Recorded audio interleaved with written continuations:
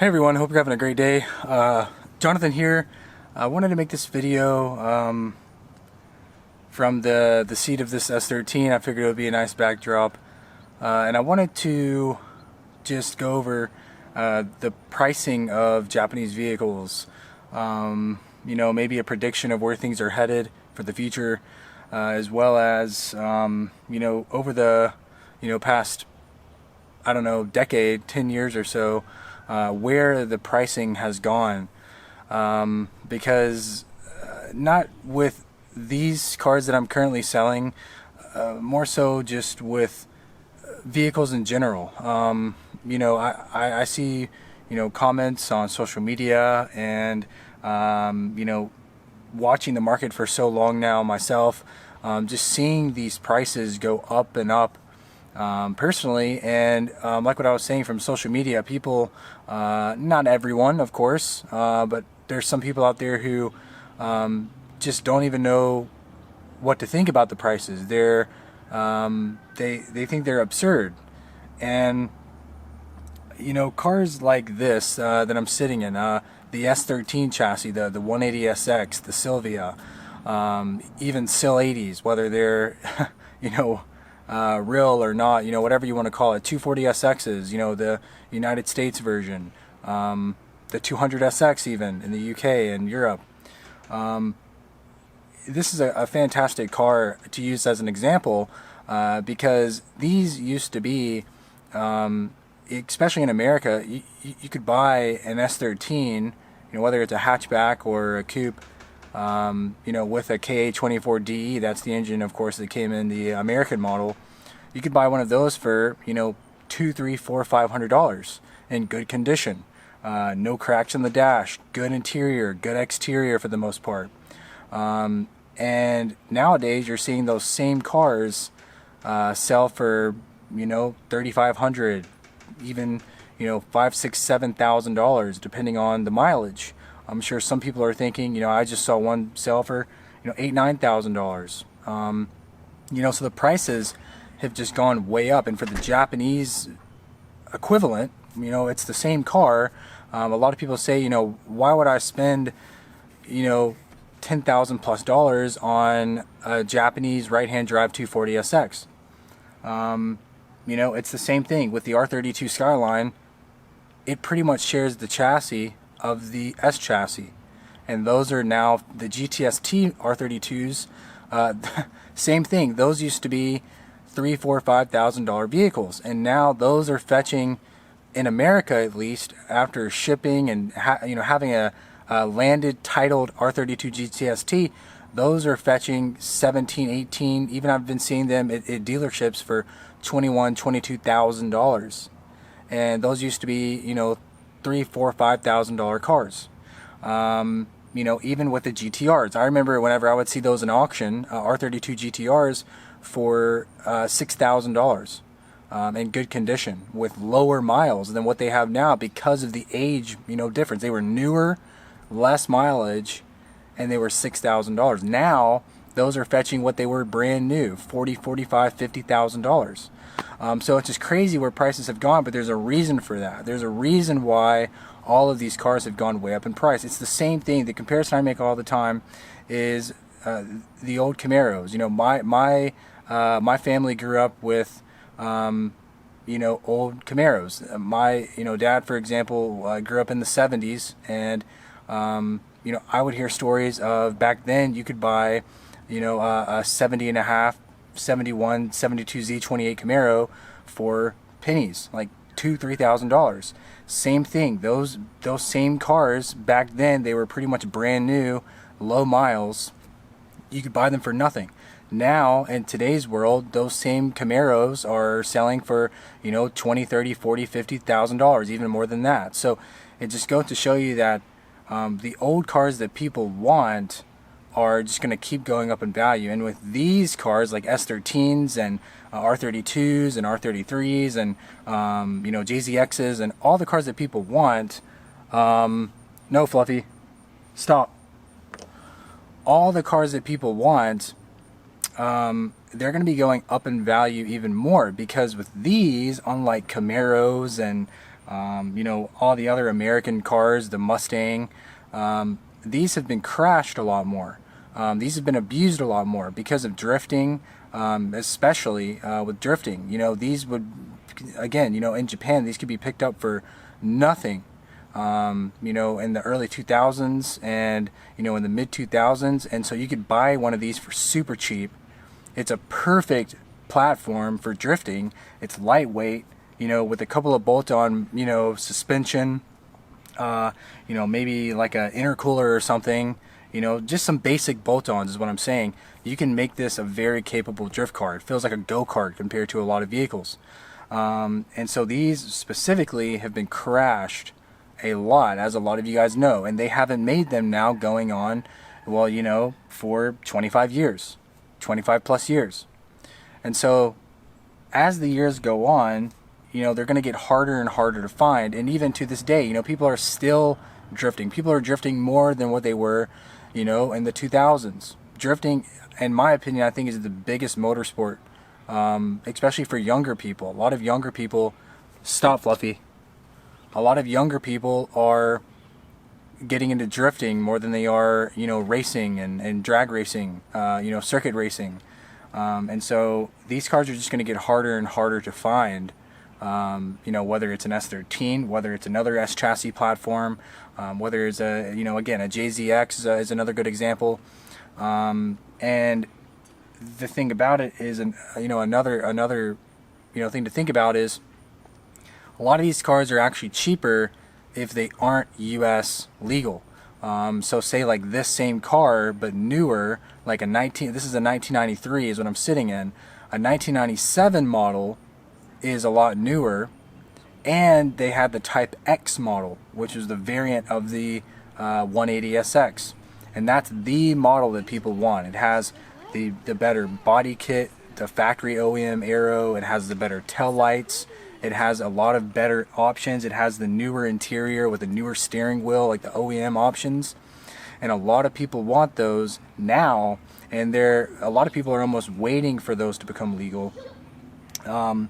And right now you can probably buy, like from auction for example, you could probably buy like a 97 Type X cheaper than you could say like a 93, 94, 95, something that's US legal, because the Japanese specifically know that they can price them up higher because they're US legal, because Americans will buy them for a higher price. And I think that's because, I mean, a lot of people ask, you know, why are the prices so much higher in America? It's because people have been waiting for years to buy one of these. You know, whatever car they want from Japan, it doesn't matter, whether it's a car, truck, SUV, van. You know, people have been waiting a lot longer than even, say, Canada. Like Canada has the 15-year rule. You know, they don't have to wait as long for cars that they've always wanted, they've dreamed about. Whereas in America, you have to wait, you know, 10 more years than Canada, which is really 25 more years than anyone in the entire world. So people have to wait and wait and wait and wait and wait for the vehicle that they've always wanted, and by that time they've built up so much emotion towards that purchase, they've built up so much anxiety and excitement that they will pretty much pay whatever to get their dream car. And on top of all the other things we've talked about in this video, like the fact that they haven't made them in so many years, you know, the fact that they've been crashed so much, whether it's from, you know, just driving them on the street, from normal everyday accidents to, you know, motorsport drifting accidents to whatever, to even having, you know, extremely raced out modified cars, you know, something that isn't streetable. You know, there's so many variants in that pricing point, and to be honest with you, I really, and I've said this in quite a few social media posts, I really don't think prices are ever going to go down. There is no more, you know, even 2010 was completely different, where you could buy, you know, a nice, you know, USDM S14 for like $4,000. You could buy a nice lower mileage running car that would be very reliable for you for years at $4,000, and now those same cars, I see them all the time selling for double that, you know, 7, 8, 9, 10, even I've seen one sell for $12,000, and that's just a stock one. So if you wanted to go and, like, you know, if you were into drifting or motorsports or whatever, if you wanted to take that car and modify it, you know, let's say you wanted to buy it, you wanted to drive it around for a little bit and enjoy it and then modify it as you go, that's almost out of someone's budget nowadays to be able to do that, because to even buy a running nice example, it would be so expensive that it's almost not even worth it. And I really think that prices are really never going to go down ever again. I really don't think you're going to see a time where the prices just fall flat. I think that cars of this type are really never going to go down. Even parts prices in Japan specifically have gone up. As some of you know, just like example, I've been on and off importing parts from Japan since about 2014, 2015, and even within that 5-6 year period, even prices for parts have gone up. Like I remember the big example of wheels that people like is the Yokohama AVS Model 5s. That's a really popular wheel, and those used to be had for cheap. You could buy those in good spec, good offset for, I don't know, $700-800, and now that same wheel is like $2,500, and that's in Japan. So that's like before you would have to ship it over. I know that you can probably find that same wheel already in the States for maybe cheaper, but you know what I'm saying, even parts are going up in price, and it's just crazy where things are going. And like that wheel, for example, they don't make that anymore. They make a similar style of wheel, but it's not the same thing, and people will pay the price. A lot of examples, like the Hitman steering wheel. You could buy those for $70 back in the day, and now I've seen some sell for $1,000 to even $3,000 for a steering wheel. So if people want it, they will buy it, and if people see that they can get those prices for those items, they will continue to sell for that price. And as things get older, as things you could say depreciate, but as these cars get older, they're almost going to appreciate, because of the rarity, because of like these, if you find, some of them are going to have rust on them, some of them are going to have really bad rust on them, some, like in this example, have no rust. So it's really hard to find that perfect example for what you're looking for, whether it's a car, whether it's a part, whether it's an item. Like a lot of the OEM parts, they don't even make them anymore for a lot of the vehicles. Luckily, like Nissan has come back and they've started remanufacturing a lot of the OEM parts for certain models, but even like OEM parts are fetching a lot of money because they just don't make them anymore. And I think it's going to get to the point where people just aren't going to even buy these cars anymore. I think it's going to get to the point where people are going to say, what's it worth? Is it really worth me spending $40,000-50,000 on an R32 GTR? And I used to ask those things. Like, I remember when R32 GTRs in the States were selling for $20,000, and I thought that was expensive. And now I see them selling for $30,000, $40,000, $50,000, even more, depending if it's like a special version or something. So it's just crazy where prices are going, where the market is going. I've had a lot of people message me saying, they can't believe, the prices for cars, and people are buying them. And, if people will buy them, sellers will continue to sell them at that price. And if they can get as much as they can, then they'll keep selling them for as much as they can. And that's the other thing, is that for business wise, again, my last video was buying and selling vehicles from Japan. A lot of the sellers, it's very hard to find good examples for a cheap price. Like, again, there's really no way of buying like a $500 good car from auction from Japan, having it shipped over, titled and everything, to where you can make that crazy profit of, $4,000, $5,000, $10,000, $15,000 profit, unless you get really lucky. Even the cars in auction now, for not so good of examples, are going for $7,000, $8,000, $9,000, $10,000 for cars like the S chassis.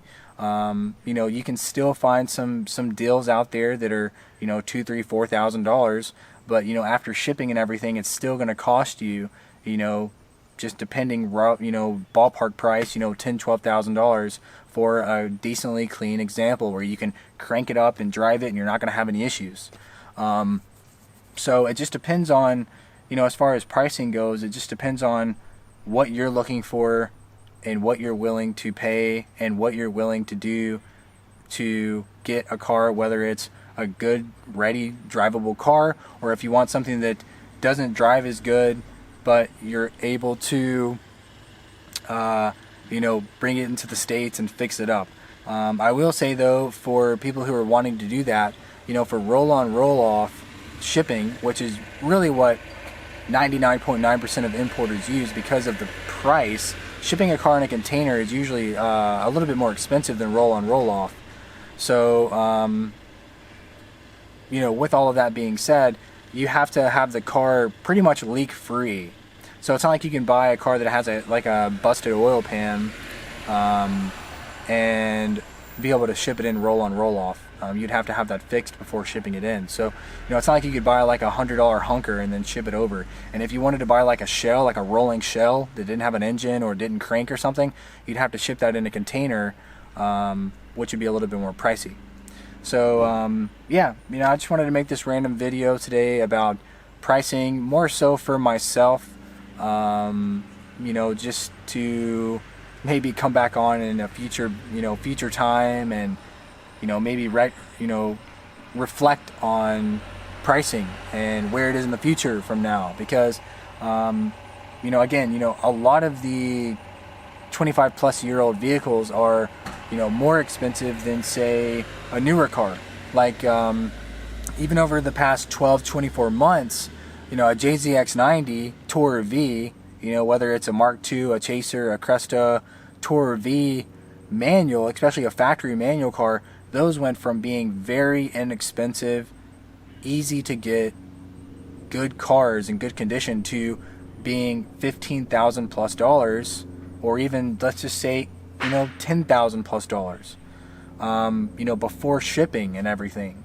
And whereas a JZX 110, like a Verosa or something, those are even cheaper. You can get those all day for very cheap compared to a JZX 90, and those are much newer vehicles. They have better interior. They have, everything lower miles, so everything's newer and lower mileage. It has the newer 1JZ, so it has the better engine of, some people, whatever. My point is, it's newer, it's overall a better vehicle, and it's a lot cheaper.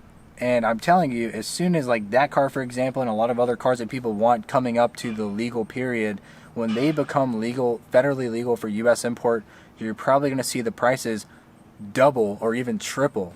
Same thing goes with the, the R34 GTR Skyline.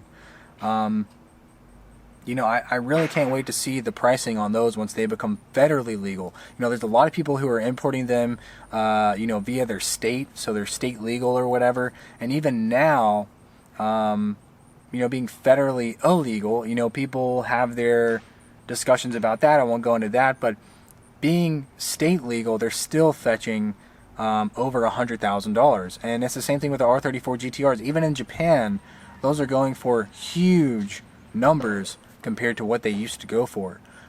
So yeah, I just wanted to make this video just to kind of explain, not really explain, but go over pricing with everyone. Mainly just kind of myself to maybe come back on this video in the future, just to see what the prices are, say in like 5 years, just to see, by that time what's legal, what's not, what the prices are then and what they are now.